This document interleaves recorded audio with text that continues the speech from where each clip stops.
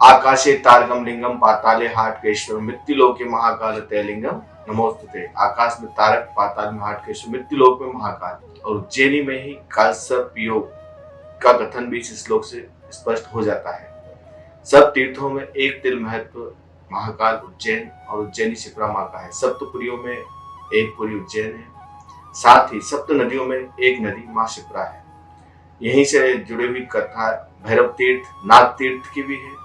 साथ साथ ही राजा जन्मेजय परीक्षित के नावों द्वारा कहानी भी यहीं से जुड़ी हुई है, जहाँ पर आस्तिक मुनि द्वारा नावों की रक्षा की जन्मेजय द्वारा की गई। इसी तरह से अगर सर्प दोष, नाग दोष या काल सर्प की पूजा उज्जैन में की जाती है तो इसे ही सर्वश्रेष्ठ स्थान इसलिए कहा जाता है कि यहाँ एक सबसे बड़ा वरदान तो बाबा स्वयं महाकाल बैठे हैं, जिनके दर्शन मात्र से भी काल सर्प दोष दूर होता है। सभी प्रकार के दोष दूर होते हैं, क्योंकि सभी ग्रहों की यहाँ पर शरणागति है। बड़े से बड़ा अरिष्ट दूर करने का सामर्थ्य बाबा महाकाल का है।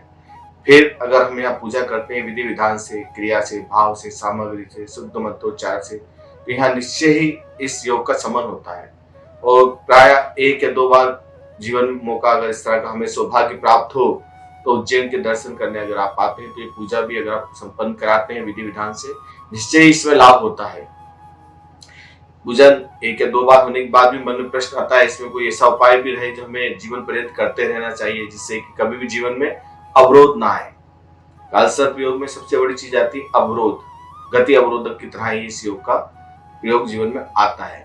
अगर इसके लिए भगवान शिव की नित्य आराधना किसी भी सोमवार से प्रारंभ करें, जल दूध का नित्य अर्पण भगवान पे करें, साथ ही किसी भी आद्रा, स्वाति, सद्भिषा, राहु के नक्षत्र में जटा वाले नारियल को हम नदी में विसर्जन करें।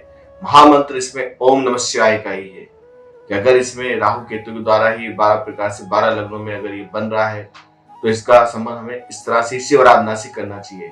नित्य आराधना के रूप में अगर हम सर्प सूक्त का पाठ करते हैं तो प्रत्यक्ष ही इसका लाभ दिव्य मिलता है। और रामबाण उपाय की तरह ये सर्प सूक्त काम करता है। और नित्य निरंतरता दीर्घ काल तक इस स्तोत्र का श्रवण, पाठ, मनन हमेशा लाभ देता है। अब इसमें कई मन में ऐसे प्रश्न रहते हैं कि हमें किस तरह के इसमें पालना चाहिए नियम। आने से पहले, जाने के बाद, पूजा संपन्न के बाद, तब हमें कोशिश यही करना चाहिए कि हमें यहाँ तक हो सके मांसाहार का वर्ज करें। किसी भी तरह से हम अगर आ रहे हैं तो उसको नियम, उपासना, आराधना का एक नित्य क्रम बना ले, बीज मंत्र का जाप करते रहें और 11 महीने तक कुछ ना कुछ इस तरह का नियम पालन करें, जिससे कि हमारा सत्संग बढ़ता रहे, साधना बढ़ती रहे और इस पूजन पाठ का इस बड़े तीर्थ में कराने के बाद हमें लाभ मिले। जय महाकाल।